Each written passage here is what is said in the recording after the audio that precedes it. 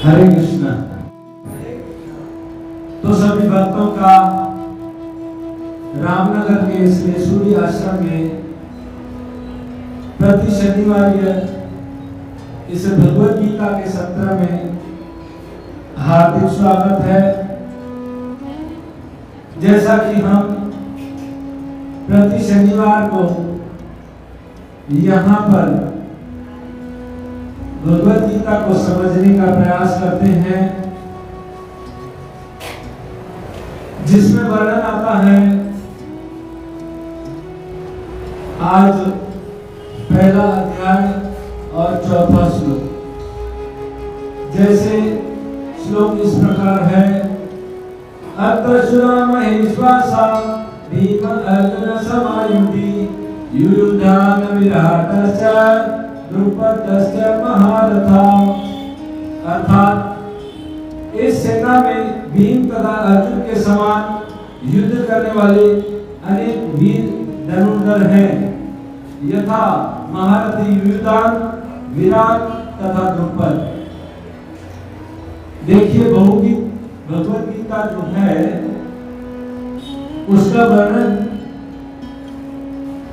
वराह पुराण में आता है कि जो व्यक्ति रोज भगवद गीता को प्रेम और श्रद्धा के साथ पढ़ता है, सुनता है, उस व्यक्ति को सारे तीर्थों में स्नान करने का फल प्राप्त होता है। और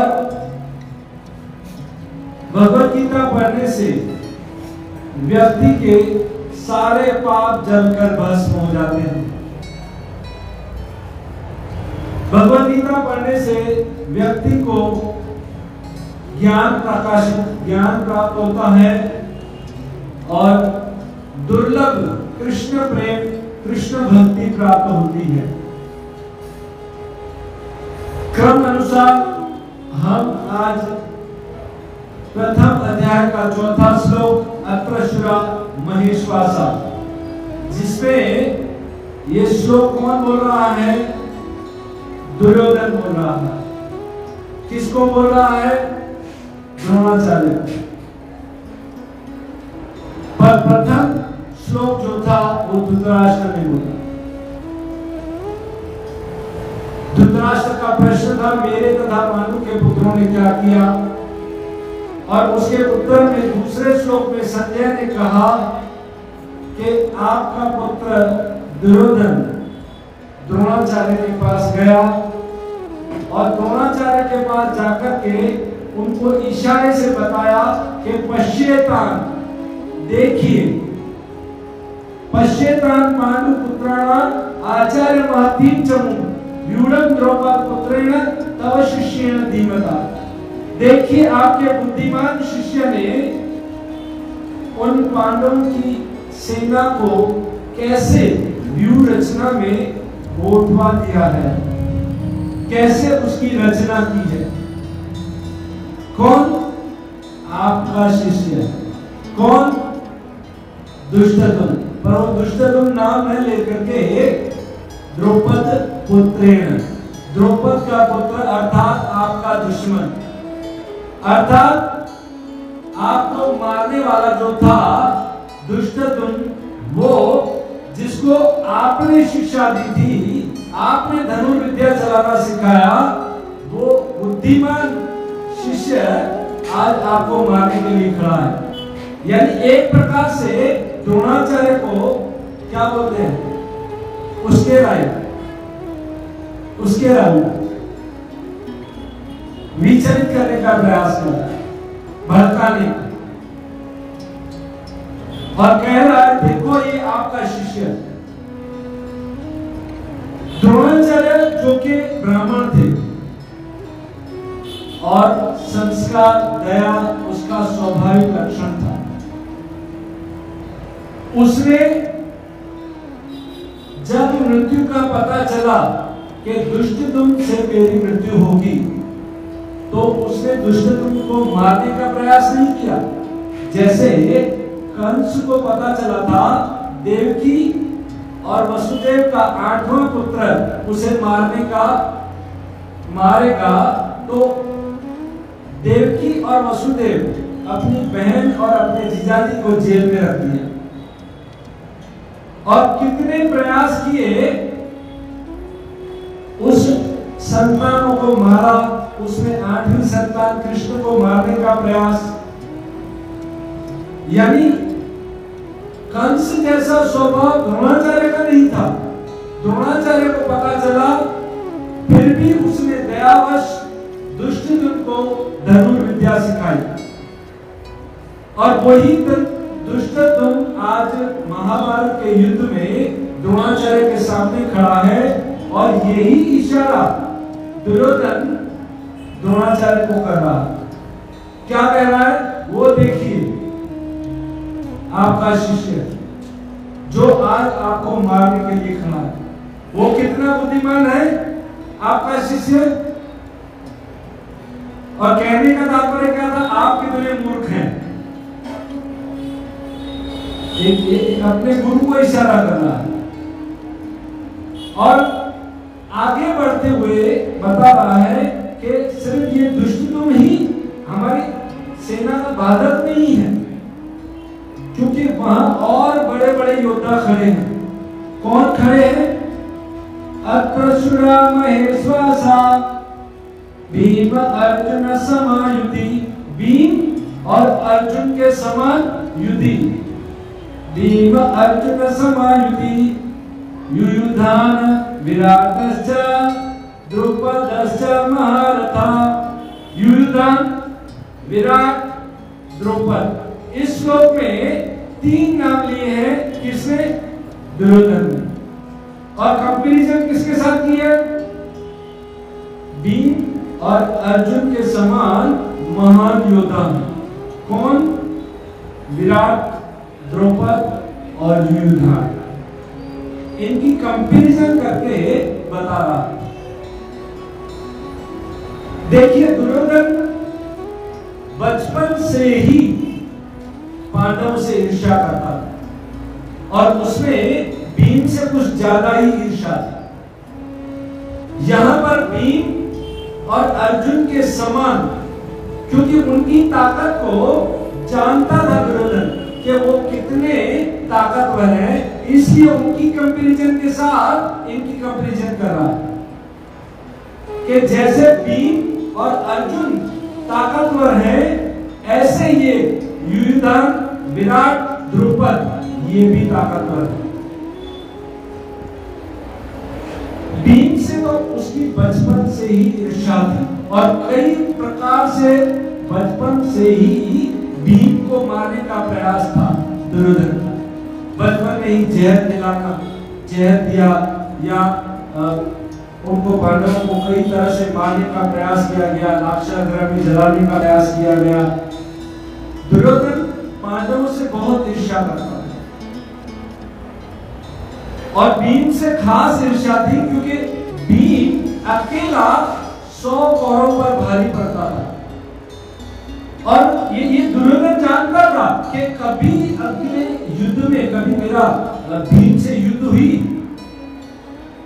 तो मेरी अगर मौत हुई ना कभी, तो भीम के हाथों ही हो, ये भी जानता था। इसलिए उसने ईर्ष्यावश, द्वेषवश भीम के साथ उसको एक दिन युद्ध करना ही था, उसने अपने घर में एक लोहे का पुतला बनवाया था, भीम आकार, same as it is Bhim, और 12 साल तक उसके साथ युद्ध की प्रैक्टिस। लोहे के पुतले को रोज मारता था कि एक दिन तो मैं भीम को ऐसे मारने वाला, या भीम मुझे मारेगा या मैं भीम को। और ये हुआ भी। ये 18वें दिन जब भीम और दुर्योधन इसका युद्ध हुआ, बहुत भयंकर युद्ध हुआ। पर क्योंकि कृष्ण पांडवों के साथ थे, भक्तवत्सल भगवान उनके साथ थे, कदम कदम पर, पल पल पर उनकी रक्षा करते थे। तो दुर्योधन भीम के हाथों मारा गया। पर ये जो पुतला बनाया था ना दुर्योधन ने, जो ईर्ष्या के कारण, जिसकी वजह से जो रोज उसको उसके साथ फाइट करता था, जितनी जेलसी, जितनी ईर्ष्या दुर्योधन को थी ना, उतनी ही उसके पिता धृतराष्ट्र को भी थी, उतनी जेलसी। क्योंकि भीम ने क्या किया था, उसके सारे पुत्रों को मार डाला, 100 पुत्रों को। भीम ने क्योंकि प्रतिज्ञा ली थी, महाभारत का युद्ध के समय, ये उस समय की बात है जब द्रौपदी वस्त्राहरण हो रहा था। उस समय बड़ी सभा में भीम ने 3 प्रतिज्ञाएं ली। कौन सी प्रतिज्ञाएं? कि दुर्योधन की जंगा, जिस जंगा पर द्रौपदी को बैठाने का प्रयास किया है ना, एक दिन में दुर्योधन की जंगा को तोड़कर उखाड़ करके फेंक दूंगा। ये पहली प्रतिज्ञा थी।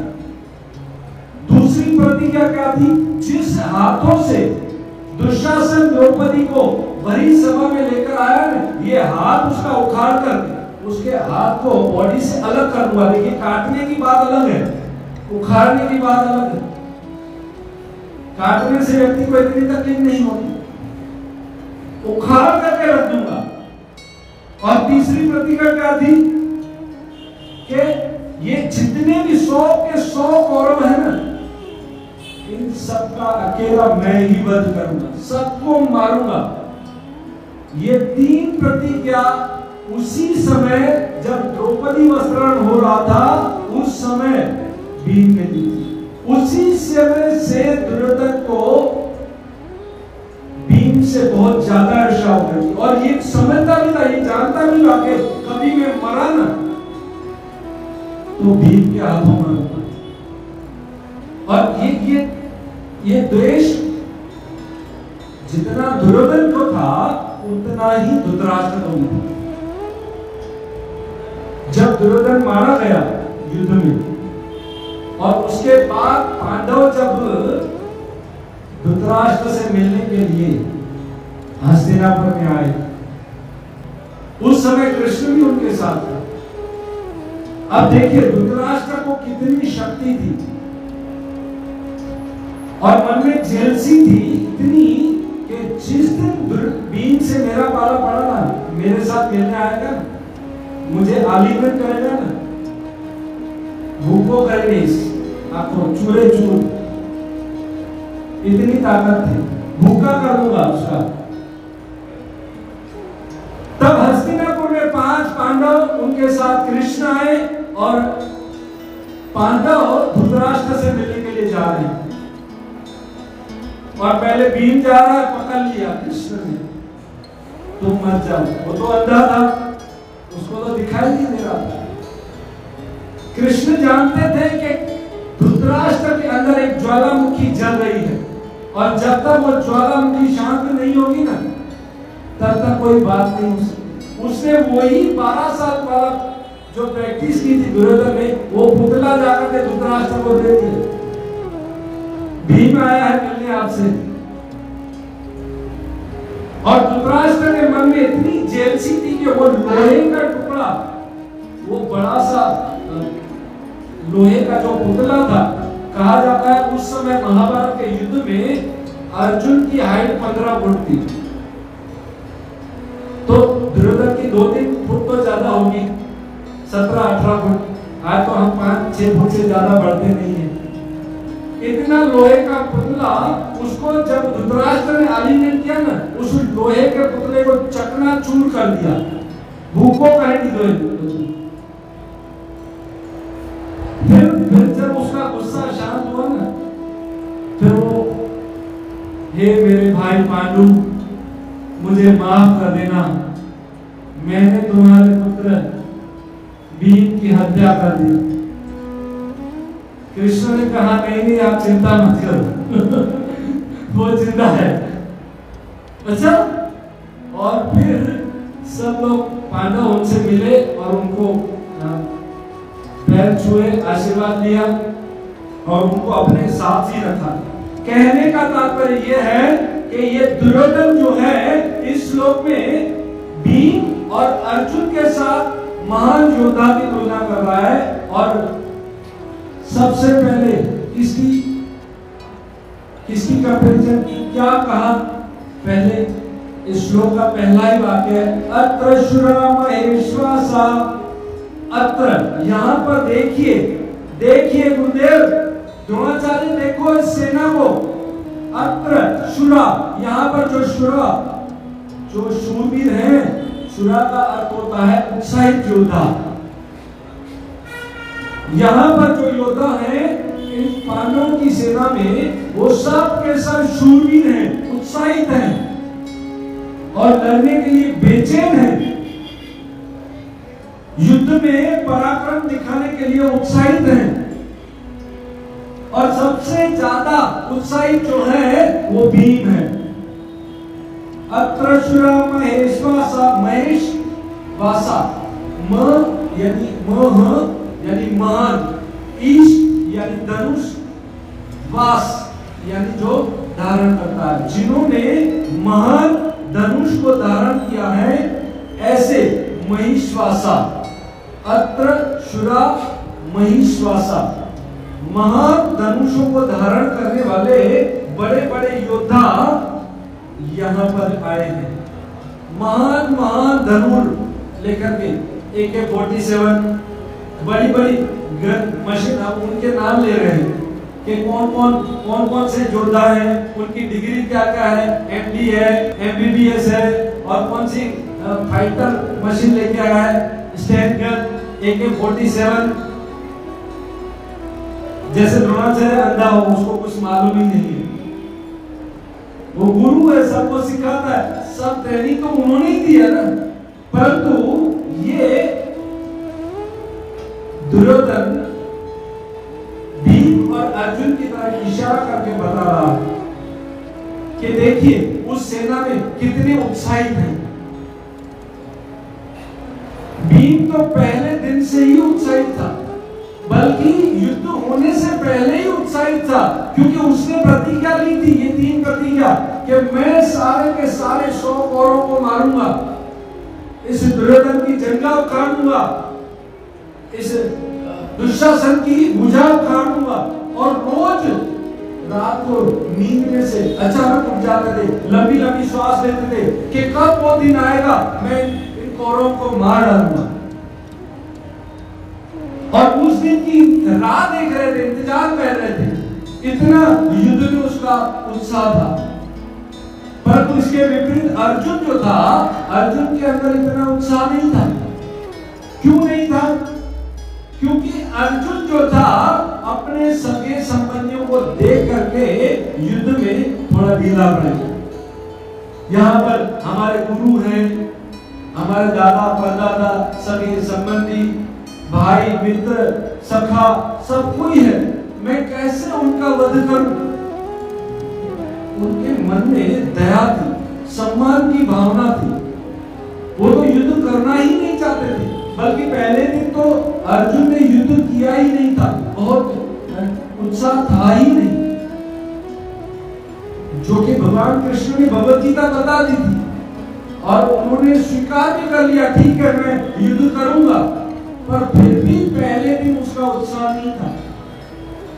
पर पहले ही दिन भीम का बहुत ज्यादा उत्साह था। क्यों? क्योंकि 3 प्रतिज्ञा ली थी और वो रोज उन प्रतिज्ञाओं को याद करते थे। महाभारत के पहले ही दिन जब भीम उस युद्ध में गर्जना करके चिल्लाते थे न, तो सामने वाले योद्धाओं के मलमूत्र निकल आते थे,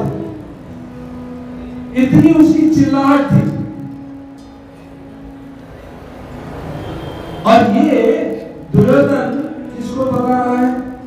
द्रोणाचार्य के ऐसे ऐसे योद्धा हैं और वो उत्साहित हैं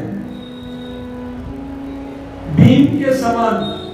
और फिर दूसरा नाम लिया अत्र महेश्वासा, भीम अर्जुन, अर्जुन के समान। अर्जुन कोई कम योद्धा नहीं है। अर्जुन के पास गांधी धनुष था, देखिए संसार में 3 धनुष महाधनुष कहे जाते हैं। कौन से धनुष? पिनाक। पिनाक धनुष किसका था? शिव जी का। शिव जी के पास, उसके पास किसको दिया? परशुराम को। परशुराम के बाद जनक राजा के पास। जनक राजा के पास आया, उसको किसने तोड़ा? भगवान श्री राम। ये पिनाक धनुष था।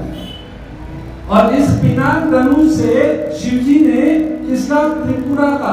त्रिपुरा नाम का असुर था, 3 नदियों में रहता था, एक ही बाण से उसको खलास कर दिया। जब शिव जी वो बाण की टंकार करते थे ना, तो बादल गरजते थे, पर्वत हिल जाते थे, धरती भूकंप होता था, ऐसे चलता खाली टंकार से। और दूसरा धनुष था किसका? एक भगवान श्री राम का धनुष भी है, उसका नाम उद्दंड धनुष है, जो समुद्र को सुखाने के लिए इसने दिखाया था। तो समुद्र के देवता डर गए, समुद्र सूख जाए ऐसा धनुष।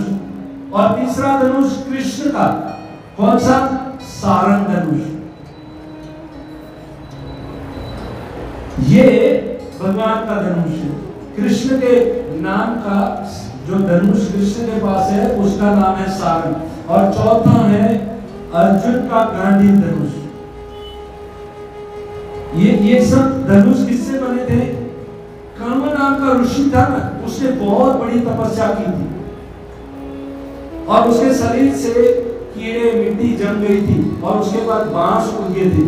और उन बांसों को ब्रह्मा जी लेकर के गए थे, विश्वकर्मा को दिया था। विश्वकर्मा ने ये 3 धनुष बनाए थे और इनको दिए थे। ये गांडीव जो था ना अर्जुन के पास, ऐसा महान धनुष था, कभी चलता था ना, जैसे अर्जुन जब इस धनुष को चलाते थे ना, तो कब तर्कस से बाण निकालते थे, कब चलता था, जैसे मशीन चलती है ना, 70-80 की स्पीड नहीं बोलो, 1000 की स्पीड बोलो, ऐसे चलाते थे अर्जुन। और ये धनुष उसको किसने दिया था? अग्निदेव ने। गांडीव धनुष अग्निदेव को जब हेल्प की थी, मदद की थी, किसने? अर्जुन ने। उस समय अग्निदेव ने दिया था। ये धनुष पहले किसके पास था? ब्रह्मा जी ने विश्वकर्मा को दिया, विश्वकर्मा ने बनाया और विश्वकर्मा ने इंद्र को दिया था। इंद्र के बाद फिर अग्निदेव के, वरुण देव के पास आया, वरुण देव के पास, उसके बाद अग्निदेव के पास आया और अग्नि ने अर्जुन को दिया। और ये गांडीव धनुष ऐसा था, जब युद्ध करते थे ना अर्जुन, एक दिन में 14 लाख लोगों को मारा था। जब अभिमन्यु का वध हुआ था, 14 लाख मर्डर, वो भी एकादशी के दिन। और फिर भी कर्म योग, कर्म का बंधन नहीं लगा अर्जुन को। क्यों? क्योंकि उसका कर्म योग बन गया था, कृष्ण की प्रसन्नता के लिए वो कर्म था। देखिए वही युद्ध, महाभारत का युद्ध अर्जुन भी कर रहा था, उसका वो युद्ध कर्म योग यानी भक्ति योग हो रहा था। और वही युद्ध, महाभारत का युद्ध दुर्योधन भी कर रहा था, वो अपनी इच्छा, अपनी इंद्र तृप्ति के लिए, अपने भोग के लिए कर रहा था, तो वो उसके कर्म के बंधन का कारण बन गया। लोग कहते हैं ना कर्म ही पूजा है, तो चोरी करते हैं चोर, उनकी भी पूजा हो गई। आतंकवादी लोगों को मार देते हैं, उनका कर्म, उनकी भी पूजा हो गई। नहीं, ये गलत है। कर्म जब तक योग नहीं बनेगा, कृष्ण के साथ नहीं जुड़ेगा, तब तक वो कर्म योग पूजा नहीं हो सकता। हमारे मनमानी कहने से कर्म योग पूजा हो गई, किसी में भी श्रद्धा रख दी, किसी की भक्ति कर दी, सब पूजा हो गई, ये गलत है। लोग कहते हैं ना हमारी तो सब में श्रद्धा है, हम तो सबकी पूजा करते हैं। कोई कह दे रोड पे जाती कोई भी स्त्री मेरी बीवी है, मेरी श्रद्धा है ना, तो हो गई क्या उसकी? कोई भी बाप मेरा बाप है, नहीं, वहां पर तो हमें अकल है, वहां पर हम ये नहीं जानते परम पिता भगवान श्री कृष्ण जो है वो भगवान है, ये श्रद्धा अभी हमारे अंदर स्थापित नहीं।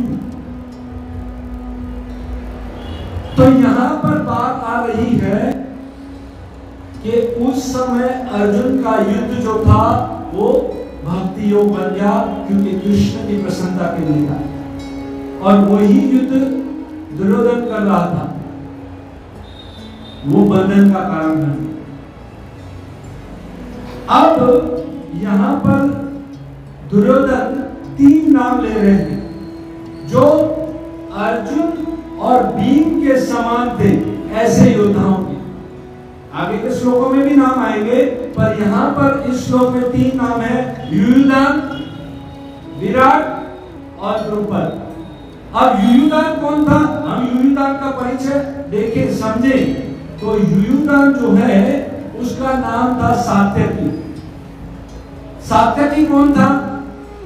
सात्यकी भी यदुवंशी था और कृष्ण के साथ दास्य भाव में रहता था, साख्य भाव में रहता था।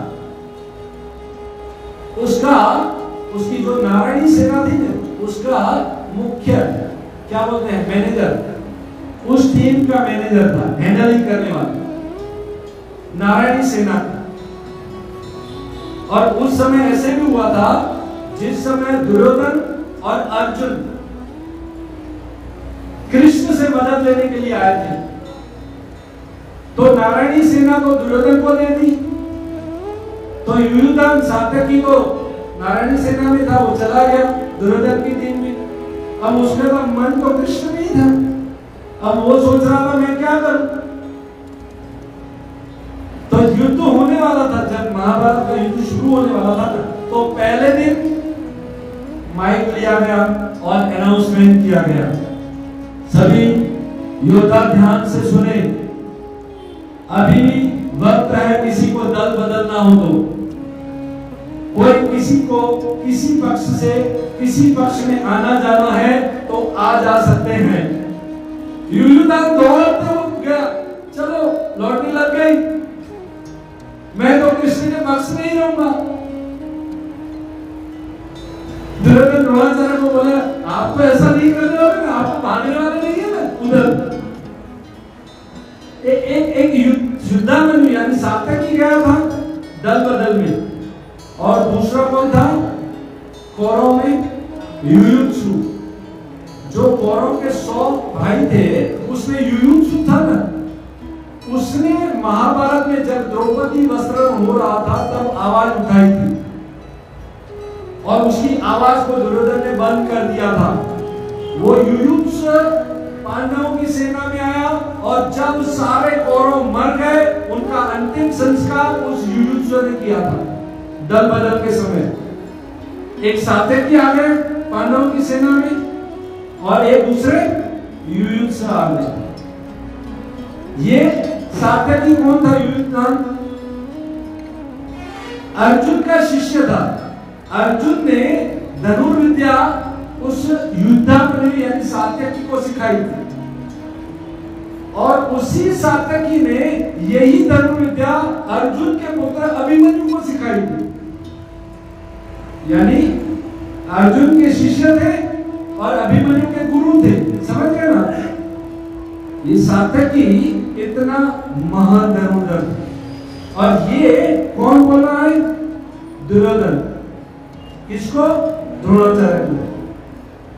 देखिए जब महाभारत का युद्ध हुआ ना, तो पांडवों की सेना में 7 लोग थे बच गए थे जो महाभारत के अंतिम दिन, और कौरवों की सेना में 3 लोग। पांडवों की सेना में 5 पांडव, छठा कृष्ण यानी वो भगवान थे, और 7वें थे ये युद्धामन्यु यानी सात्यकी। ये 7 लोग पांडवों की सेना में बचे, और कौरवों की सेना में तो 3 लोग बचे थे। वो कौन थे? अश्वत्थामा, द्रोणाचार्य और कृतवर्मा। 10 लोग पूरे महाभारत में एंड में बचे थे। 18वें दिन की बात है। पहले दिन तो दुर्योधन ने देखा अन्य च बहुशुरा मद खेद कजीविता। ये बहुत सारे मेरे साथ बड़े बड़े योद्धा ऐसे पीछे घूम के, और 18वें दिन देखा तो मैदान साफ खाली, कोई नहीं था, सब के सब खत्म हो गए। तो युयुधान जो थे वो अंतिम दिन भी थे और उन्होंने कृष्ण के पक्ष में, पांडवों के पक्ष में आकर के युद्ध किया था। ये सात्यकी युयुधान जो थे ना, ये कृष्ण के साथ हमेशा रहते थे। और कृष्ण जब संधि दूत बन करके हस्तिनापुर में गए, हस्तिनापुर में धृतराष्ट्र को समझाने के लिए गए, उस समय दुर्योधन को पता था कि कृष्ण संधि दूत बनकर आने वाले हैं, और मामा शकुनी के पास गया। मामा शकुनी को बोला कि कृष्ण संधि दूत बनकर आएंगे, क्या करें, प्रॉब्लम होगा।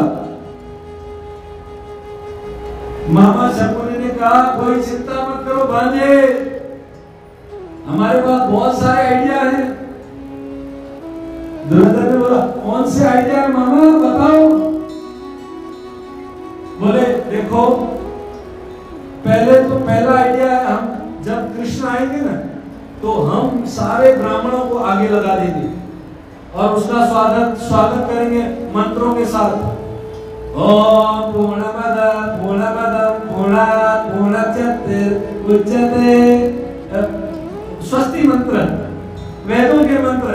कृष्ण उसी से प्रसन्न हो जाएंगे, वहीं पर बात अटक जाएगी। अच्छा, और नहीं हुआ तो थोड़ा आगे आएंगे ना, कृष्ण को लड़कियां बहुत पसंद है, ये बोल रहे हैं इतनी शादी की है, थोड़ी और बिठा देंगे, अच्छी अच्छी लेके आएंगे। अच्छा चलो, वो भी आइडिया फैल गया। तो फिर कृष्ण को 56 भोग पसंद है, हम 56 भोग लगते नहीं। बोले वो भी फेल गया। तो बोले वो फेल गया ना तो हम एक ऐसी कुर्सी बनाएंगे, एक ऐसा सिंहासन बनाएंगे, नीचे टाइम बॉम्ब रख देंगे, और ऐसा टाइम बॉम्ब जो कुर्सी पर कृष्ण बैठेंगे ना, वो कुर्सी से नीचे सीधा पाताल लोक में चले जाएंगे, वापस आएंगे ही नहीं। अच्छा मामा, आइडिया बहुत अच्छा है, आने दो कृष्ण को। और कृष्ण आ रहे हैं संधि दूत बन करके।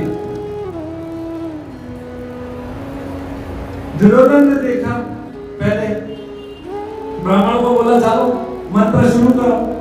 ब्राह्मणों ने मंत्र शुरू कर दिए। कृष्ण ने बोला आम फट, सब गुम हो जाओ, सब गुम गायब। दुर्योधन ने बोला कहां गए? बोले स्वर्ग में। मैंने बोला जाओ स्वर्ग में मेरी स्तुति करो। आगे बढ़े, जो सुंदर सुंदर अप्सराएं लेकर के आए थे ना दुर्योधन और शकुनी, कृष्ण उनको देखकर मोहित नहीं हुए, बल्कि वो सारी की सारी अप्सराएं उनको देखकर मोहित हो गए, गिर गए, बेहोश हो गए।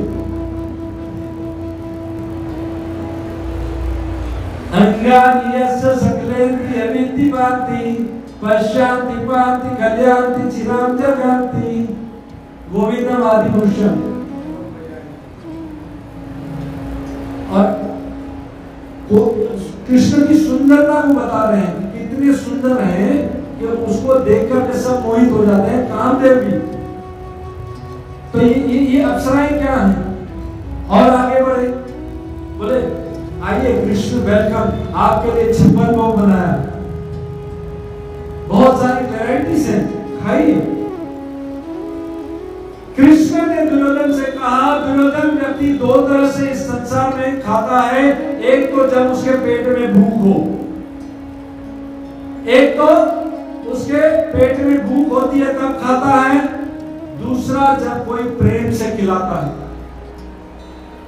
न तो मुझे भूख है और न तेरे पास प्रेम है, मैं तुम्हारे यहां भोजन करने वाला नहीं। और आगे बढ़े, और उस आसन पर अभी बैठे थे कृष्ण। और धृतराष्ट्र को बता रहे थे कि अभी भी वक्त है, मैं पांडवों की तरह से तुम्हें एक प्लान देता हूं।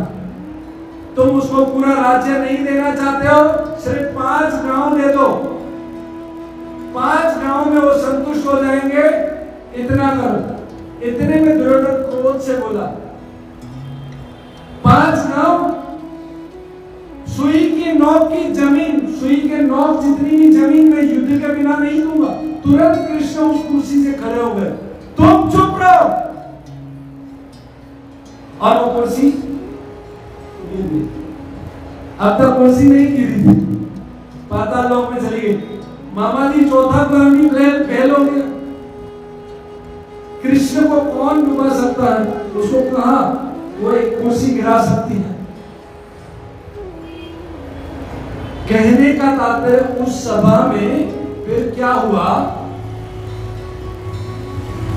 दुर्योधन ने कृष्ण को बंदी बनाने का प्रयास किया। ये चारों प्लान फेल हो गए, अब उसको बंदी बनाने का प्रयास किया। दुर्योधन क्रोध से बाहर चले गए और पूरी चर्चा चल रही है। ये सात्यकी, यहाँ सात्यकी की बात कर रहे हैं, ये सात्यकी देख रहा है युधिष्ठिर, और उसने आकर के उस भरी सभा में धृतराष्ट्र से कहा कि ये दुर्योधन जो है ये कृष्ण को बंदी बनाना चाहते हैं।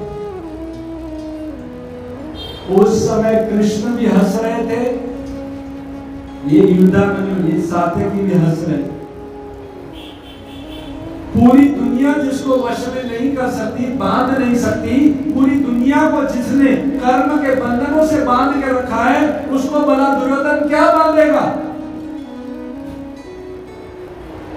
और बंधते तो प्रेम से है ना, यशोदा के हाथों से बंध गए कृष्ण। तो दुर्योधन ने कृष्ण को पहचाना नहीं और उसको बांधने का प्रयास किया। एक विराट रूप उस सभा में कृष्ण ने दिखाया। देखिए विराट रूप जो था, ये 4 लोगों ने देखा। धृतराष्ट्र अंधा था, भगवान ने उसको 3D चश्मा दिया, देखो तुम भी। दुर्योधन को भी दिया, अर्जुन ने भी देखा, यशोदा ने भी देखा। 4 लोगों ने भगवान का विराट रूप देखा। दुर्योधन ने जब विराट रूप देखा तो कहा ये जादूगर है, मायावी है, ये माया का चमत्कार है, थोड़ी देर में चला जाएगा,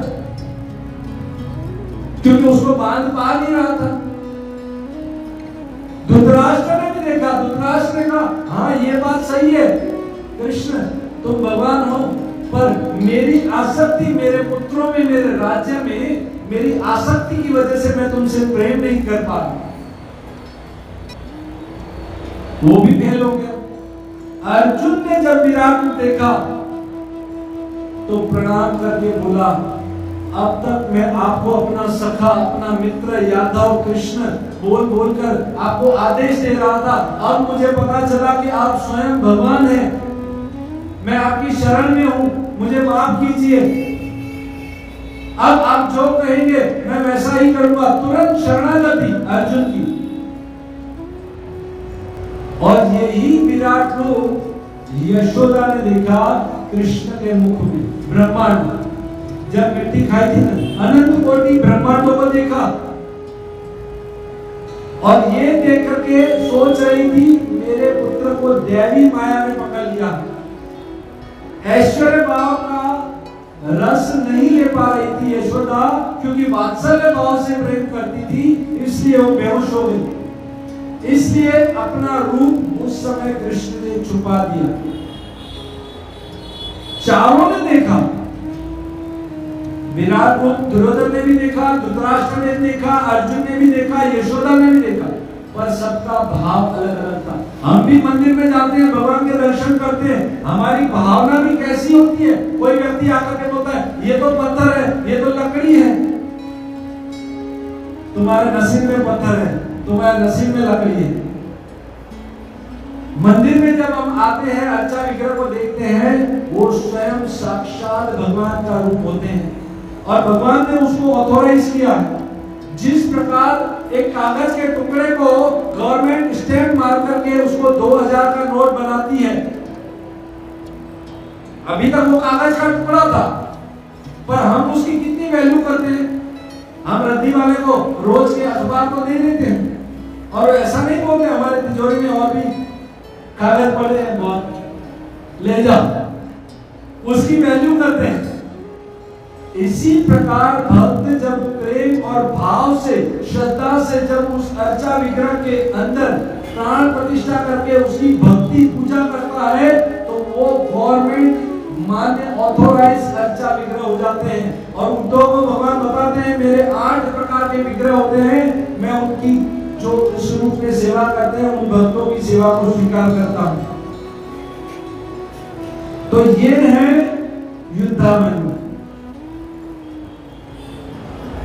युद्धामन्यु के बाद किसका नाम ले रहे हैं? युद्धामन्यु विराट। विराट कौन है? विराट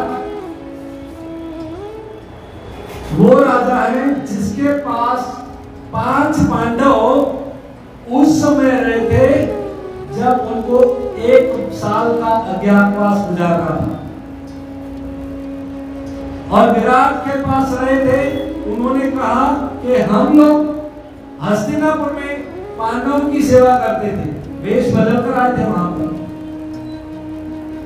परंतु पांडवों क्योंकि दुर्योधन ने उनको जला दिया, भगा दिया लाक्षागृह में, इसलिए हम आपके पास आए हैं। विराट ने उनको रख लिया और अर्जुन वहां उत्तरा को, विराट की पुत्री उत्तरा को शिक्षा, संगीत विद्या की शिक्षा देता था। विराट ने, जब विराट को पता चला ये ही पांडव हैं, तो उनसे क्षमा मांग करके उनको कहा आप मेरी बेटी ले लीजिए।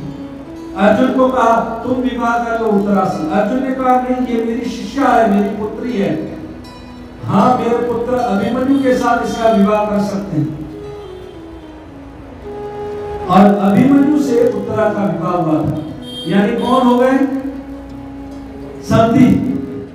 हाँ, विराट जो थे वो पांडवों के समधी थे और वो भी इस सेना में थे, वो भी शक्तिशाली थे।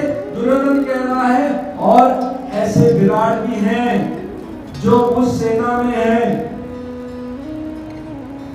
उसके बाद किसका नाम लिया? द्रुपद।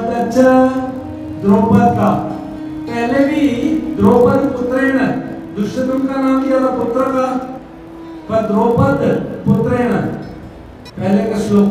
अब यहां बता रहे हैं द्रौपद जैसे, बता रहे हैं कि देख तेरा दुश्मन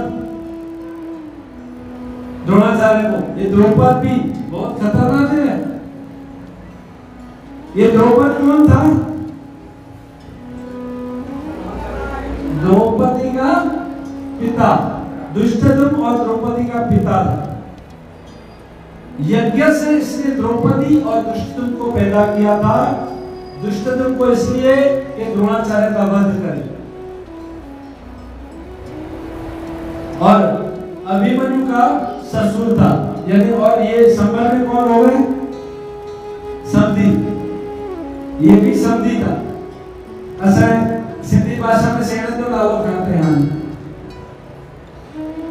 तो ये भी समधी है। और क्या बता रहे हैं इसमें? ऐसे अत्रशुरा महेश्वर सा भीम अर्जुन समायुधि युयुधान विराटश्च द्रुपदश्च महारथा। ये सब कौन है? महारथी है। महारथी का अर्थ क्या होता है? देखिए, एक होता है रथी। रथी पहले होता है अर्धरथी, फिर रथी, फिर महारथी और फिर अतिरथी। 4 प्रकार के होते हैं। अर्धरथी ऐसा होता है जो एक व्यक्ति से भी युद्ध नहीं कर सकता, और रथी जो एक योद्धा को मार सकता है, उससे युद्ध कर सकता है। और महारथी कौन? जो 10,000 लोगों को मार सके। 10,000 लोगों के साथ फाइट कर सके, इसको फाइटर कहते हैं, महारथी। और अतिरथी का अर्थ क्या होता है? कि 10,000 से भी ज्यादा लोगों के साथ एक साइड अकेला युद्ध कर सके, ऐसा। 10,000 लोगों से भी ज्यादा से एक अकेला फाइटर युद्ध करे, उसको अतिरथी कहते हैं। यहां दुर्योधन सबका परिचय दे रहा है, ये एमपी है, ये एमडी है, ये इससे बड़ा डॉक्टर है, इसके पास एक मोटी है, इसके पास ये गन है। दुर्योधन को वही दिख रहा है ना, वो सेनाओं को गिन रहे हैं, 0 0 0 0 सबको देख रहे हैं, पर मेन हीरो उसको दिखता ही नहीं है, वो कृष्ण उसको दिखते ही नहीं है। जितने भी जीरो मिला लो, चेक पे आप 1000 जीरो लिख दो, पर चेक की वैल्यू क्या होगी जब तक वहां पर हीरो नहीं आता, एक नहीं आता। ऐसे दुर्योधन सेनाओं को गिन रहे थे और योद्धाओं के नाम बता रहे थे, परंतु कृष्ण को दर्शन नहीं कर रहे थे, कृष्ण उसे नहीं दिख रहे। हम भी मंदिर में जाते हैं, कभी कभी मंदिर में जाते हैं, पूरा ध्यान इधर उधर होता है, फोन आ जाते हैं, भगवान को देखते देखते बाहर फोन पे चले जाते हैं। और बात पूछे ना, भगवान को देखा कौन सी ड्रेस पहनी थी, यार फोन आ गया था, तो महीने के बाद तो मंदिर में आया था और भगवान को तो तुमने देखा भी नहीं। ऐसी हालत है हमारी। दुर्योधन को सब कुछ दिखा, ये बड़े बड़े योद्धा दिखे। ये 3 योद्धाओं के नाम इस श्लोक में बताए और आगे कई योद्धाओं के नाम बताने वाले हैं, जो हम अगले शनिवार को चर्चा करेंगे। टाइम हो गया है, बहुत बहुत धन्यवाद। हरे कृष्ण। श्रील प्रभुपाद की